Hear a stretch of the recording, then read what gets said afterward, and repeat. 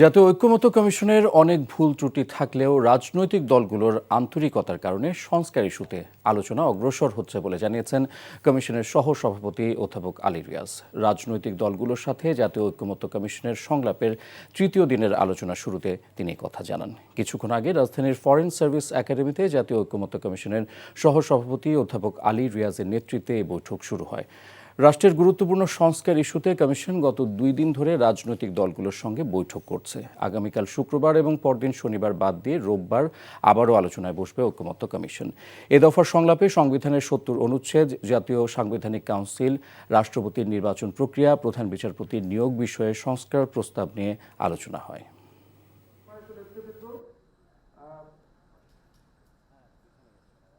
আমাদের অনেক রকম ত্রুটি বিচ্যুতি আছে কমিশনের পক্ষ থেকে, এটা আমি বলতে পারি। সেটা আসন বিন্যাস থেকে শুরু করে বিভিন্নভাবেই আমাদের ত্রুটি বিচ্যুতি পরিস্ফুটিত হয়। আপনারা অন্তত গত কয়েকদিনে আপনারা যে আন্তরিকতা দেখিয়েছেন, আমাদের এই ত্রুটি বিচ্যুতিকে ক্ষমা সুন্দরভাবে দেখেছেন, তার জন্য ধন্যবাদ। এরপরেও আমি বলবো যে আমরা সকলে যদি সময়ের মধ্যে আলোচনা করি, পরস্পরের প্রতি যে শ্রদ্ধাবোধ আমরা দেখাচ্ছি সেটা যেন অব্যাহত রাখতে পারি। গতকালের অমীমাংসিত বিষয় থেকে আমরা আলোচনাটা শুরু করব, সেটা হচ্ছে রাষ্ট্রপতির নির্বাচন প্রক্রিয়া। ত্রয়োদশ জাতীয় সংসদ নির্বাচন সামনে রেখে আসনের সীমানা পুনর্নির্ধারণের জন্য সভা করছে নির্বাচন কমিশন সচিবালয়। রাজধানীর আগারগাঁওয়ে নির্বাচন কমিশন ভবনে সকালে এ সভা শুরু হয়। প্রধান নির্বাচন কমিশনার এএমএম নাসির উদ্দিনের সভাপতিত্বে এই সভায় উপস্থিত আছেন 4 কমিশনার, নির্বাচন কমিশনের সচিব সহ ঊর্ধ্বতন কর্মকর্তারা। নির্বাচন কমিশনের তথ্য অনুযায়ী 300টি সংসদীয় আসনের মধ্যে এ পর্যন্ত 75টি আসনে সীমানা পুনর্নির্ধারণ চেয়ে 607টি আবেদন জমা পড়েছে।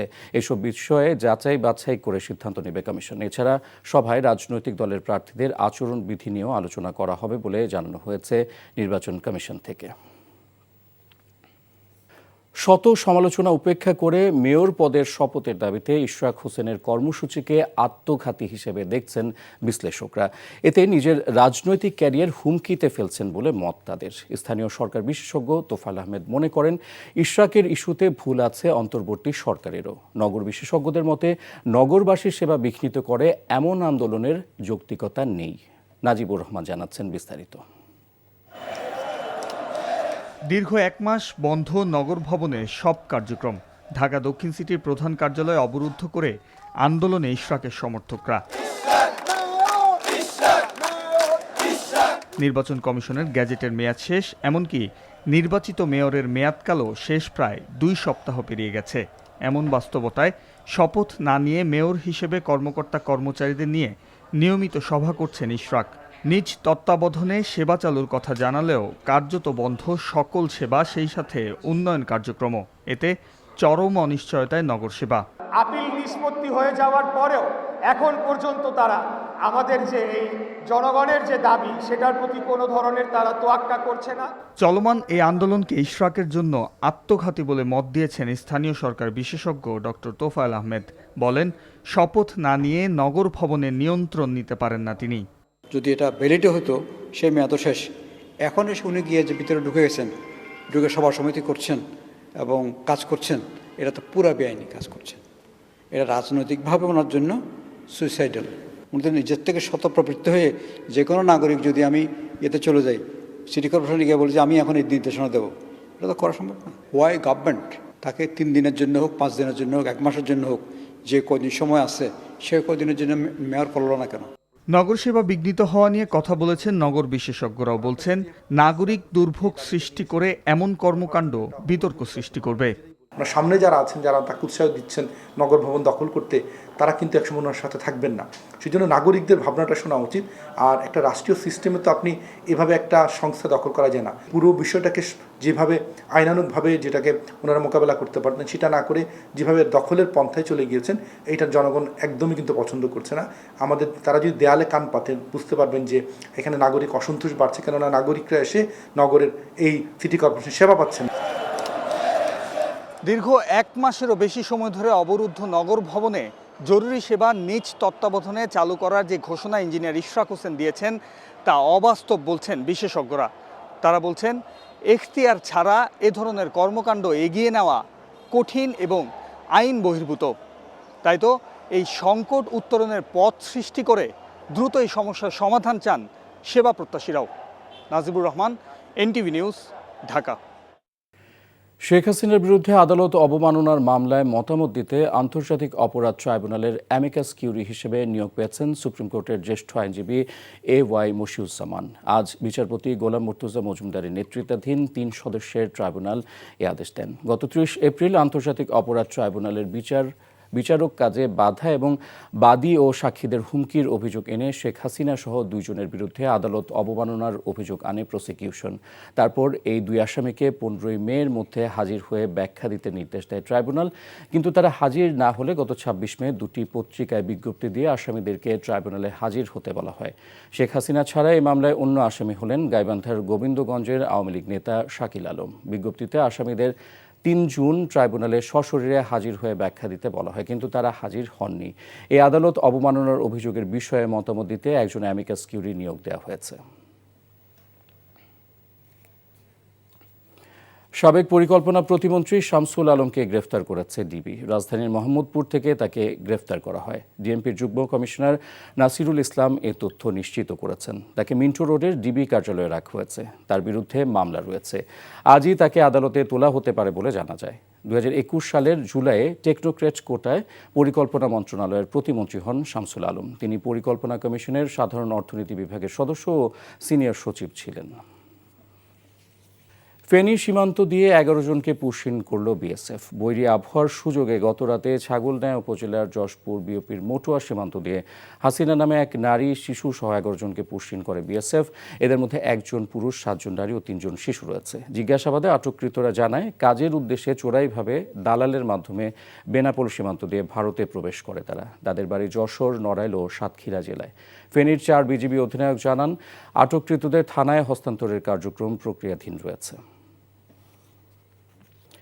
নির্মাণের 5 বছরেও চালু হয়নি গোপালগঞ্জে ট্রমা সেন্টারের কার্যক্রম। নষ্ট হচ্ছে মূল্যবান যন্ত্রপাতি। অনেকে মেশিনারিজ চুরি হয়েছে বলে অভিযোগ পাওয়া গেছে। ট্রমা সেন্টারটি চালু করার চেষ্টা অব্যাহত রয়েছে বলে জানিয়েছে স্বাস্থ্য বিভাগ ও জেলা প্রশাসন। গোপালগঞ্জ থেকে মাহবুব হোসেন সারমাতের পাঠানো রিপোর্ট। প্রয়োজনীয় চিকিৎসক ও লোকবল নেই ট্রমা সেন্টারে। চিকিৎসা দেওয়া হচ্ছে ঠান্ডা জ্বরে আক্রান্ত রোগীদের। এই চিত্র গোপালগঞ্জের কোটি টাকা ব্যয় নির্মিত ট্রমা সেন্টারের।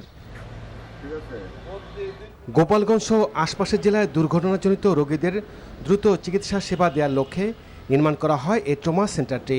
11 কোটি 96 লাখ টাকা ব্যয় 2018 সালের ডিসেম্বর নির্মাণ কাজ শুরু হয় আর হস্তান্তর করা হয় 2020 সালের জানুয়ারিতে। চিকিৎসক সহ প্রয়োজনীয় লোকবল নিয়োগের কথা থাকলেও নিয়োগ দেওয়া হয়েছে মাত্র 1 জন সহকারী মেডিকেল অফিসার আর অল্প সংখ্যক কর্মচারী। মেডিকেল যন্ত্রপাতি পরিচালনার জন্য নেই কোনো দক্ষ টেকনিশিয়ান। তাই এখন দুর্ঘটনাজনিত কোনো রোগীর চিকিৎসা দেওয়া হয় না। এছাড়া মূল্যবান মেডিকেল যন্ত্রপাতি নষ্ট হওয়ার পাশাপাশি চুরিও হয়ে যাচ্ছে।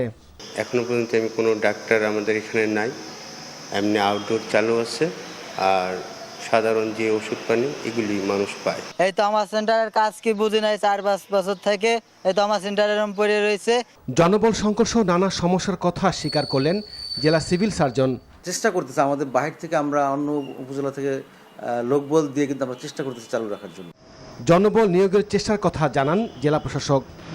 এখানে একটা বড় বাজেটের বিষয়, উপযুক্ত জনবল ব্যতীত এটি আসলে চালু করা কঠিন হয়ে যাচ্ছে। ট্রমা সেন্টারটি জনবল নিয়োগ দিয়ে দ্রুত পূর্ণাঙ্গরূপে চালুর দাবি জেলাবাসীর। NTV news desk. 2022 সালের পর আবার ক্যারিবিয়ান প্রিমিয়ার লিগ সিপিএলে দেখা যাবে সাকিব আল হাসানকে। খেলোয়াড় নিলাম থেকে এই অলরাউন্ডারকে দলে টেনেছে Antigua and Barbuda Falcons. Franchise ভিত্তিক এই টি20 টুর্নামেন্টে এর আগে Guyana Amazon Warriors, Barbados Tridents ও জামাইকা তালোয়ার্সের হয়ে খেলেছেন সাকিব। সব মিলে সিপিএলে এখন পর্যন্ত 5 মৌসুমে অংশ নিয়েছেন বাংলাদেশের সাবেক অধিনায়ক। 2 বার চ্যাম্পিয়ন হওয়ার স্বাদ পেয়েছেন। 2013 সালের আসরে বার্বাডোসের হয়ে ত্রিনিদাদ অ্যান্ড টোবাগোর বিপক্ষে 4 ওভারে একটি মেডেন সহ 6 রানে 6 উইকেট নেন তিনি, যা টুর্নামেন্টের রেকর্ড। এখন পর্যন্ত সাকিব খেলেছেন 36 ম্যাচ, রান করেছেন 448, 37 উইকেট রয়েছে নামের পাশে। দেশের মানুষকে মূর্খ করে রাখতে বিগত স্বৈরাচার সরকার ইচ্ছাকৃতভাবে দেশের শিক্ষা ব্যবস্থাকে ধ্বংস করে দিয়েছিল, যেন তারা আওয়ামী লীগের অপকর্ম নিয়ে প্রশ্ন তুলতে না পারে। এমন মন্তব্য করেছেন বিএনপি স্থায়ী কমিটির সদস্য ডক্টর আব্দুল মঈন খান। সকালে ঢাকা বিশ্ববিদ্যালয়ের সিনেট ভবনে শহীদ প্রেসিডেন্ট জিয়াউর রহমানের মৃত্যুবার্ষিকী উপলক্ষে সেমিনারে তিনি এমন মন্তব্য করেন। বলেন, জিয়াউর রহমান উৎপাদনমুখী রাজনীতির ধারক বাহক ছিলেন। এ সময় বিএনপি সিনিয়র যুগ্ম মহাসচিব রিজভী আহমেদ বলেন, শহীদ জিয়া ছিলেন আধুনিক রাষ্ট্র গড়ার কারিগর। স্বাধীনতা পরবর্তী সময়ে জিয়াউর রহমান ভারত নির্ভর পররাষ্ট্রনীতি থেকে বেরিয়ে একটি স্বাধীন পররাষ্ট্রনীতি বাস্তবায়ন করেছিলেন বলেও জানান তিনি। সেমিনারে বক্তারা জিয়াউর রহমানের শিক্ষা দর্শন ও কর্মসূচি নিয়ে বক্তব্য রাখেন। মার্কিন উপপররাষ্ট্রমন্ত্রী ক্রিস্টোফার ল্যান্ডোর সাথে সাক্ষাৎ করেছেন জাতীয় নিরাপত্তা উপদেষ্টা ডক্টর খলিলুর রহমান। দেশটির রাজধানী ওয়াশিংটন ডিসিতে পররাষ্ট্র মন্ত্রণালয়ে এই সাক্ষাৎ অনুষ্ঠিত হয়। এ সময় তারা রোহিঙ্গা সংকট, বাংলাদেশ ও যুক্তরাষ্ট্রের মধ্যে চলমান শুল্ক আলোচনা, দক্ষিণ এশিয়ার উন্নয়ন এবং বাংলাদেশের গণতান্ত্রিক উত্তরণ নিয়ে আলোচনা করেন। বাংলাদেশের জন্য এক গুরুত্বপূর্ণ সময়ে দায়িত্ব নেওয়া অধ্যাপক ইউনূসের নেতৃত্বে প্রশংসা করেন ক্রিস্টোফার ল্যান্ডো। সেই সাথে বাংলাদেশের প্রতি মার্কিন যুক্তরাষ্ট্রের অব্যাহত সমর্থন পুনর্ব্যক্ত করেছেন। এছাড়া ডক্টর খলিল আলাদাভাবে বৈঠক করেন সহকারী মার্কিন বাণিজ্য প্রতিনিধি ব্র্যান্ডন লিঞ্চের সাথে। আগামী জাতীয় সংসদ নির্বাচন অবাধ, সুষ্ঠু, নিরপেক্ষ ও অংশগ্রহণমূলক হবে বলে প্রত্যাশা করেছেন বাংলাদেশে নিযুক্ত জার্মানির রাষ্ট্রদূত মিস্টার আখিম স্ট্রোস্টে। দুপুরে মগবাজারে বাংলাদেশ জামায়াত ইসলামীর কেন্দ্রীয় কার্যালয়ে দলটির আমির ডক্টর শফিকুর রহমানের সঙ্গে বৈঠক শেষে এসব কথা জানান তিনি। বলেন, বাংলাদেশের গণতন্ত্র উত্তরণ ও শিক্ষা, চিকিৎসা সহ বাণিজ্যিক উন্নয়নে পাশে থাকবে জার্মানি। গণতান্ত্রিক স্থিতিশীলতার জন্য সাউথ আফ্রিকা ও রুয়ান্ডাকে অনুসরণ করে রিকনসিলিয়েশন করার প্রস্তাবও করেন তিনি। বৈঠকে দুর্নীতিমুক্ত ইনসাফ ভিত্তিক দেশ গড়ায় জামায়াতের বিভিন্ন কার্যক্রম তুলে ধরার কথা জানিয়েছেন দলের প্রচার সম্পাদক মতিউর রহমান আকন্দ। দুর্যোগপূর্ণ আবহাওয়ায় চট্টগ্রামের মহেশখালীর গভীর সমুদ্রের ভাসমান টার্মিনাল থেকে এলএনজি সরবরাহ বন্ধ থাকায় চাঁদপুরে 20,000 আবাসিক গ্রাহকের গ্যাস সরবরাহ বন্ধ রয়েছে। এতে চরম ভোগান্তিতে পড়েছেন তারা। গ্রাহকরা জানান, গতকাল সকাল থেকে রাত পর্যন্ত গ্যাস সরবরাহ কমতে থাকে, কিছু সময় বন্ধ থাকে গ্যাস সরবরাহ। আজ সকাল থেকে পুরোপুরি বন্ধ হয়ে যায় গ্যাস সরবরাহ। বাখরাবাদ গ্যাস ডিস্ট্রিবিউশন কোম্পানি এক বিজ্ঞপ্তিতে জানায়, দুর্যোগপূর্ণ আবহাওয়ার কারণে কুমিল্লা, ব্রাহ্মণবাড়িয়া, চাঁদপুর, নোয়াখালী এবং লক্ষ্মীপুরে গ্যাস সরবরাহ হ্রাস পেয়েছে। আবহাওয়া অনুকূলে থাকলে দ্রুত গ্যাস সরবরাহ স্বাভাবিক হবে বলে জানায় তারা। ফেনী, খাগড়াছড়ি, সাতক্ষীরা সীমান্ত দিয়ে নারী শিশুসহ আরও 30 জনকে পুশ-ইন করল বিএসএফ। বিজিবি ও এলাকাবাসী জানান, বৈরী আবহাওয়ার সুযোগে গতরাতে ফেনীর ছাগলনাইয়া উপজেলার মটুয়া সীমান্ত দিয়ে 11 জনকে পুশ-ইন করে বিএসএফ। এদের মধ্যে 1 জন পুরুষ, 7 জন নারী ও 3 শিশু রয়েছে। জিজ্ঞাসাবাদে আটককৃতরা জানায়, কাজের উদ্দেশ্যে চোরাইভাবে দালালের মাধ্যমে বেনাপোল সীমান্ত দিয়ে ভারতে প্রবেশ করে তারা। তাদের বাড়ি যশোর, নড়াইল ও সাতক্ষীরা জেলায়। আটককৃতদের স্থানীয় থানায় হস্তান্তর করা হয়েছে। অন্যদিকে ভোরে খাগড়াছড়ির মাটিরাঙ্গার তানাক্কাপাড়া সীমান্ত দিয়ে নারী ও শিশুসহ 13 জনকে পুশ-ইন করেছে বিএসএফ। এদের মধ্যে 12 জন নড়াইলের, 1 জন যশোরের বাসিন্দা। এছাড়া সাতক্ষীরা সদরের কুশখালী সীমান্ত দিয়ে নারী শিশুসহ 6 জনকে বাংলাদেশে ঠেলে দিয়েছে ভারতীয় সীমান্তরক্ষী বাহিনী। ফেব্রুয়ারিতে নির্বাচনের বিষয়ে এখনও সরকারের পক্ষ থেকে কোনো নির্দেশনা পায়নি সেনাবাহিনী। দুপুরে সেনাবাহিনীর নিয়মিত ব্রিফিংয়ে মিলিটারি অপারেশনস পরিদপ্তরের colonel staff colonel Shafiqul Islam এসব তথ্য জানান। বলেন, সীমান্তে পুশ-ইনের বিষয়ে সেনাবাহিনীর অন্তর্ভুক্ত হওয়ার পরিস্থিতি এখনও তৈরি হয়নি। জানানো হয়, এ পর্যন্ত সর্বমোট 9,667টি অবৈধ অস্ত্র ও 2,86,754 রাউন্ড গোলা বারুদ উদ্ধার করেছে সেনাবাহিনী। প্রশ্নের জবাবে তিনি বলেন, নির্বাচনের প্রস্তুতি নিয়ে এখনও সরকারের তরফ থেকে সেনাবাহিনী কোনো নির্দেশনা পায়নি, তবে সরকারি নির্দেশনা অনুযায়ী কাজ করবে সেনাবাহিনী। আমরা এখনও সরকারের পক্ষ থেকে অফিসিয়ালি কোনো নির্দেশনা প্রাপ্ত হয়নি, তবে সরকারের নির্দেশনা অনুযায়ী আমরা নির্বাচন সংক্রান্ত দায়িত্ব পালন করব। পুশ-ইনের বিষয়ে আমাদের সীমান্ত বর্ডার গার্ড বাংলাদেশ এবং কোস্টগার্ড তারা সতর্ক এবং সচেষ্ট আছে। স্থায়ী এবং অস্থায়ী ক্যাম্পের বৃদ্ধি করা হয়েছে। আমাদের গোয়েন্দা নজরদারিও বৃদ্ধি করা হয়েছে। রাষ্ট্রপতি ও প্রধানমন্ত্রীর ক্ষমতার ভারসাম্য আনার বিষয়ে সব রাজনৈতিক দল একমত প্রকাশ করলেও এর পদ্ধতি নিয়ে ভিন্ন ভিন্ন মত দিয়েছে দলগুলো। এছাড়া রাষ্ট্রপতি নির্বাচনে গোপন ভোট কিংবা ইলেকটোরাল কলেজ ভোটের বিষয়ে পৃথক পৃথক মত দিয়েছে বিএনপি, জামায়াত, এনসিপি সহ রাজনৈতিক দলগুলো। জাতীয় ঐকমত্য কমিশনের চূড়ান্ত ধাপের তৃতীয় দিনের আলোচনায় এসব তথ্য উঠে আসে। হাসান মাহমুদের রিপোর্ট। সংবিধান সহ বিভিন্ন বিষয়ে সংস্কার প্রস্তাব নিয়ে রাজনৈতিক দলগুলোর সাথে জাতীয় ঐকমত্য কমিশনের দীর্ঘদিনের আলোচনার ধারাবাহিকতায় চূড়ান্ত ধাপের তৃতীয় দিনের আলোচনায় অংশ নেয় ৩০টি রাজনৈতিক দলের প্রতিনিধিরা। প্রধানমন্ত্রীর মেয়াদ, সংবিধান ও রাষ্ট্রের মূলনীতি, নির্বাচনী এলাকা নির্ধারণ দিনের আলোচ্যসূচি নির্ধারিত হলেও রাষ্ট্রপতি নির্বাচন পদ্ধতি সহ আগের দিনের অনেক আলোচনাই ফিরে আসে বক্তব্যে।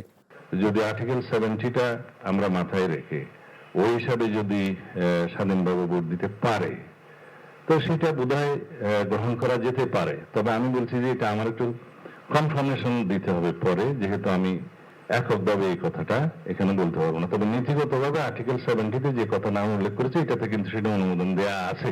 লোকাল গভর্নমেন্ট নির্বাচনটিও কেয়ারটেকার সরকারের অধীনে হইতে হবে, যেমনিভাবে পার্লামেন্ট নির্বাচন কেয়ারটেকার সরকারের অধীনে হবে। কারণ ইলেকশন যদি প্রপার না হয় তো তাহলে যারাই হবেন তারা তো জনপ্রতিনিধি হবেন না। নির্বাচনে জনগণের প্রতিনিধিত্বমূলক যে সদস্যরা থাকবেন তাদেরকে নিয়ে এক্সটেন্ডেড ইলেকট্রাল কলেজ হবে for the election of the president of this country.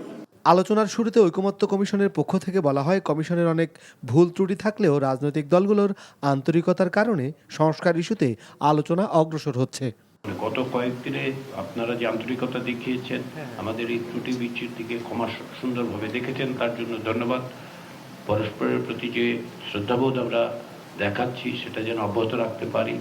প্রধান বিচারপতির নিয়োগ বিষয়ে সংস্কার প্রস্তাব এবং সংবিধান ও রাষ্ট্রের মূলনীতি সহ প্রয়োজনীয় সংস্কার আলোচনা হয় বৈঠকে। জেলা পর্যায়ে এবং সিটি কর্পোরেশনের একজন করে প্রতিনিধির সাথে উচ্চকক্ষ, নিম্নকক্ষ, এই যে ইলেকট্রাল কলেজ, এই ইলেকট্রাল কলেজ গ্রহণ করা যেতে পারে। আর্টিকেল 70তে বলা হচ্ছে সংসদ সদস্যগণ স্বাধীনভাবে মত দিতে পারবেন। সুতরাং সেক্ষেত্রে গোপন ব্যালটের মাধ্যমে এই 500 জনের ভোটের ভিত্তিতে রাষ্ট্রপতি নির্বাচিত হবেন। আলোচনা দীর্ঘ হওয়ায় শুক্রবার এবং পরদিন শনিবার বাদ দিয়ে রোববার আবারও আলোচনায় বসবে ঐকমত্য কমিশন। Hasan Mahmud, NTV News, Dhaka. মুন্সিগঞ্জের শিমুলিয়া ঘাটে ড্রেজ ট্রেনিং ইনস্টিটিউটের উদ্বোধন করেন নৌ পরিবহন বিষয়ক উপদেষ্টা অবসরপ্রাপ্ত brigadier general M Sakhawat Hossain.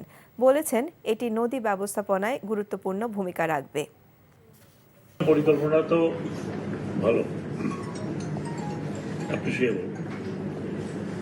বিষয় হচ্ছে যে এই পরিকল্পনাটা বাস্তবায়ন করা। ট্রেনিং ইনস্টিটিউট না থাকে মনে হয়, আর কোথাও আছে বলে মনে হয় না, অথবা কোথাও টুকটাক মতো পড়ানো হতে পারে। ওয়েট টু ওয়েট একটা ওভারঅল একটা পিকচার দিতে পারে নদীর বিষয়ে। বাট এই একটা ট্রেনিং ইনস্টিটিউট হওয়া প্রয়োজন ছিল আমার। কিন্ডারগার্টেন স্কুলের ফি যাতে নিজেদের মতো কেউ নিতে না পারে সেজন্য নীতিমালা হওয়া উচিত বলে মন্তব্য করেছেন প্রাথমিক ও গণশিক্ষা উপদেষ্টা অধ্যাপক ডাক্তার বিধান রঞ্জন রায় পোদ্দার।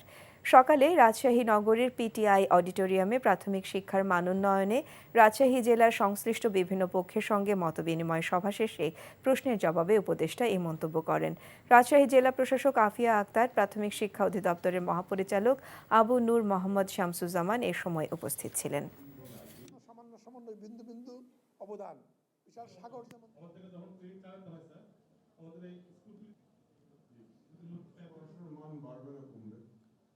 আমাদের প্রত্যেকটি বিদ্যালয় গমন উপযোগী শিশু প্রাথমিক বিদ্যালয়ে ভর্তি হবে, একটা বাধ্যতামূলক, এবং সরকারের ব্যবস্থা রয়েছে সেই জন্য। কিন্তু এর পাশাপাশি কেউ যদি বেসরকারিভাবে তা পরিচালনা করে সেটা নিরোধক কোনো নীতিও নাই, ফলে সেটা চলবে, এটা ধরেই নেওয়া হয়। কিন্তু যেটা গুরুত্বপূর্ণ প্রশ্ন সেটা হচ্ছে এই বিষয়গুলো অবশ্যই সরকারের নিয়ন্ত্রণাধীন হতে হবে। বিগত স্বৈরাচার দেশের শিক্ষা ব্যবস্থাকে পরিকল্পিতভাবে ধ্বংস করেছে বলে মন্তব্য করেছেন বিএনপি কেন্দ্রীয় নির্বাহী কমিটির স্বেচ্ছাসেবক বিষয়ক সম্পাদক মীর শরফত আলী সপু। দুপুরে মুন্সিগঞ্জের বিক্রমপুর আদর্শ বিশ্ববিদ্যালয় কলেজে আয়োজিত এইচএসসি পরীক্ষার্থীদের বিদায় ও দোয়া অনুষ্ঠানে এসব কথা বলেন তিনি। আওয়ামী লীগ শুধু শিক্ষা নয়, স্বাস্থ্যসহ অন্যান্য সেক্টর ধ্বংস করেছে বলেও মন্তব্য করেন। কলেজের অধ্যক্ষ ওয়াহিদুর রহমান খান সহ বিশিষ্টজনেরা এ সময় উপস্থিত ছিলেন। কক্সবাজারের মহেশখালীতে এলএনজি সরবরাহ বন্ধ হয়ে যাওয়ায় চট্টগ্রামে গ্যাস সংকট দেখা দিয়েছে। বুধবার দুপুর থেকে নগরীর গ্যাস সরবরাহ বন্ধ হয়ে যায়, এতে বিপাকে পড়েন নগরবাসী। গ্যাস সংকটের কারণে বন্ধ করে দেওয়া হয়েছে চট্টগ্রামের বিভিন্ন সিএনজি ও এলএনজি রিফুয়েলিং স্টেশনগুলো। কর্ণফুলী গ্যাস ডিস্ট্রিবিউশন কোম্পানি লিমিটেডের মহাব্যবস্থাপক প্রকৌশলী মোহাম্মদ শফিউল আজম খান জানান, আজকের মধ্যে স্বাভাবিক হতে পারে গ্যাস সরবরাহ। পঞ্চগড় সদরে জাল $৮০,০০০ সহ ৬ প্রতারক চক্রকে আটক করেছে যৌথ বাহিনী।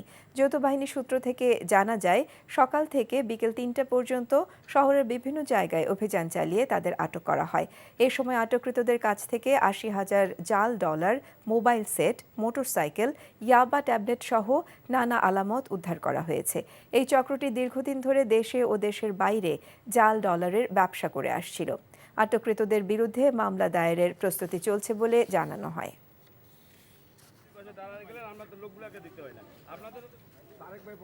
তারেক রহমান ও ডক্টর ইউনূস বৈঠক জাতির জন্য শুভবার্তা নিয়ে এসেছে বলে মন্তব্য করেছেন যুক্তরাজ্য বিএনপির সভাপতি ও বিএনপি চেয়ারপারসনের উপদেষ্টা এম এ মালিক।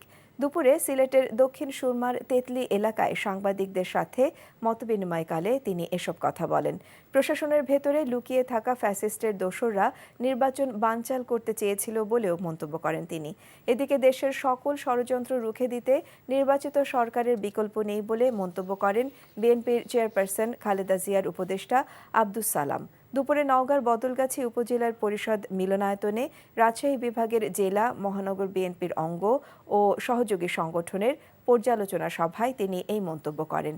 বিএনপি মুখ থুবড়ে পড়লে দেশের গণতন্ত্র ব্যাহত হবে বলে মন্তব্য করেছেন বিএনপি জাতীয় নির্বাহী কমিটির সহ সাংগঠনিক সম্পাদক অ্যাডভোকেট ওয়ারেস আলী মামুন।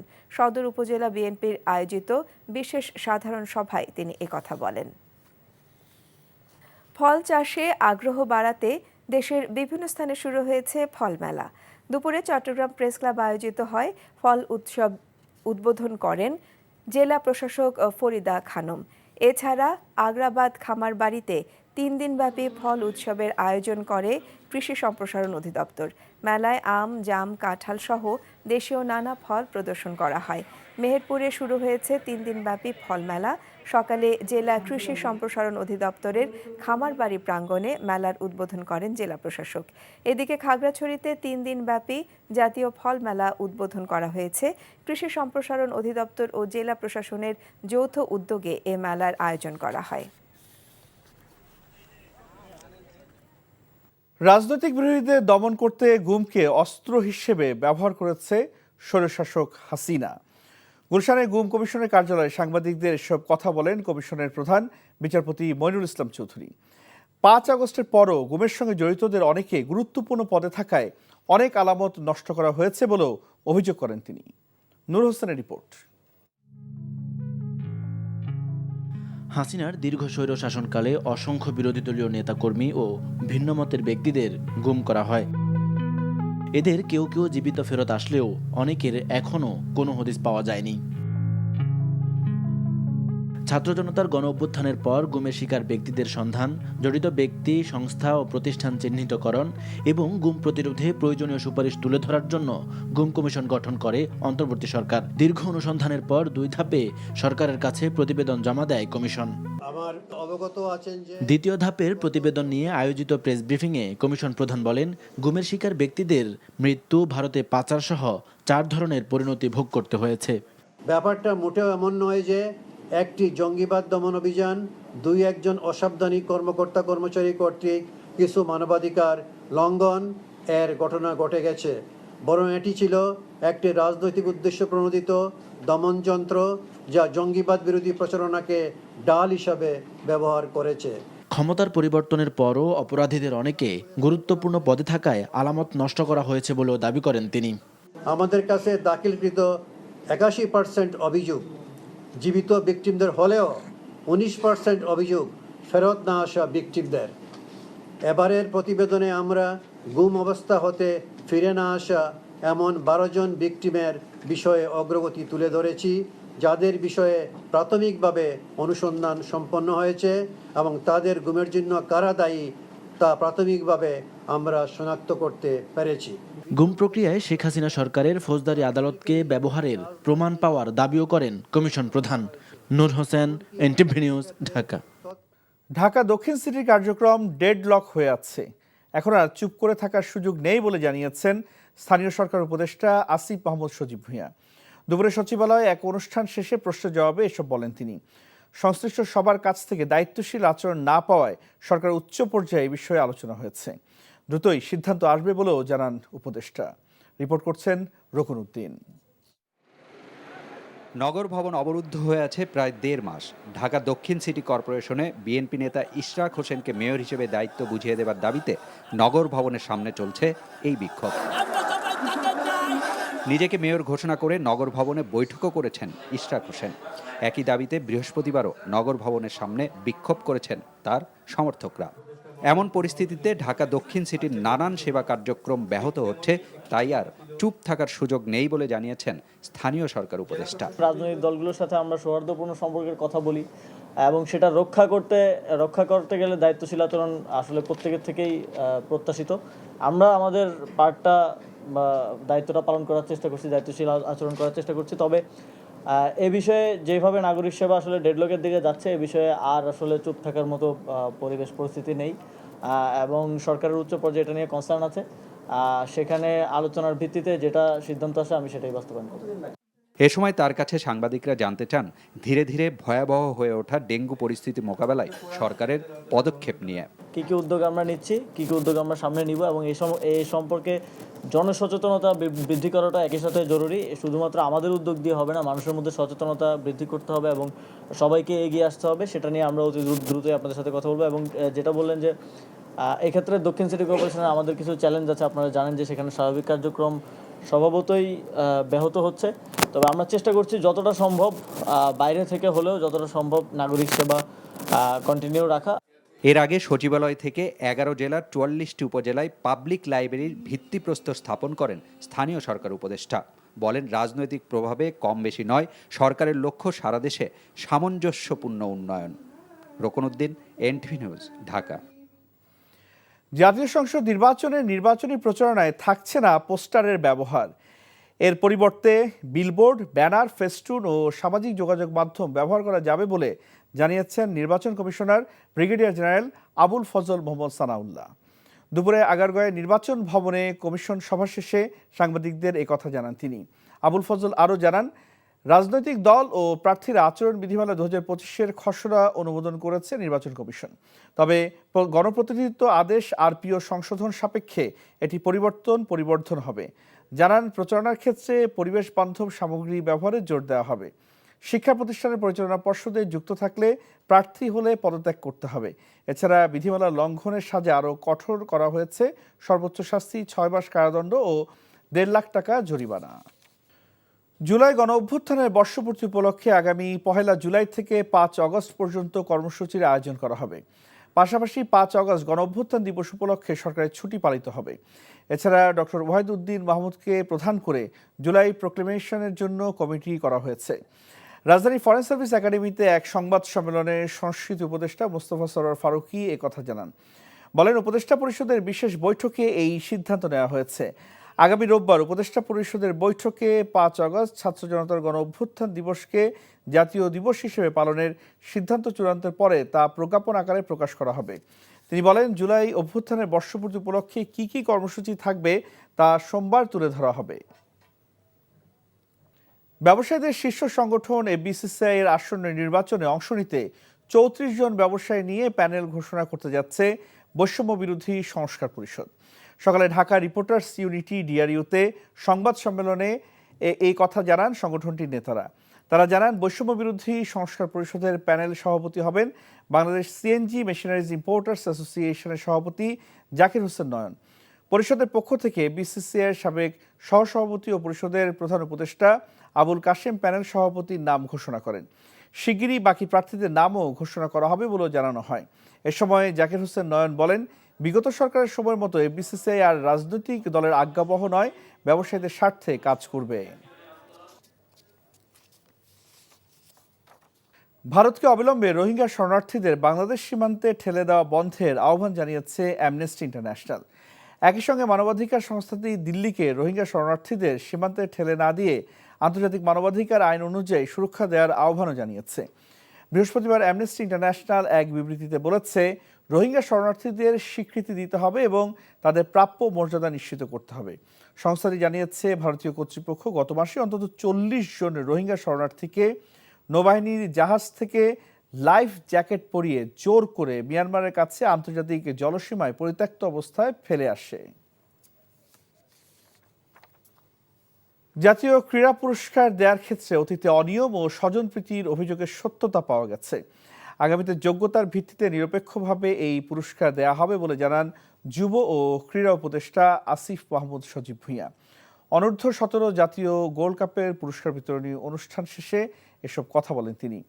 ক্রিকেটের পাশাপাশি ফুটবলও আঞ্চলিক পর্যায়ে ছড়িয়ে দেওয়ার পদক্ষেপ নেওয়া হচ্ছে। এর মধ্যে নীলফামারীতে আন্তর্জাতিক ফুটবল আয়োজনের চেষ্টা চলছে। এজন্য সেখানকার অবকাঠামোগত সুযোগ সুবিধা পর্যবেক্ষণ করা হচ্ছে বলেও জানান যুব ও ক্রীড়া উপদেষ্টা। এছাড়া আঞ্চলিক পর্যায় থেকে খেলোয়াড়দের জাতীয় পর্যায়ে উঠে আসার পথটা সহজ করে দেওয়ার পরিকল্পনা নেওয়া হয়েছে বলেও জানান তিনি।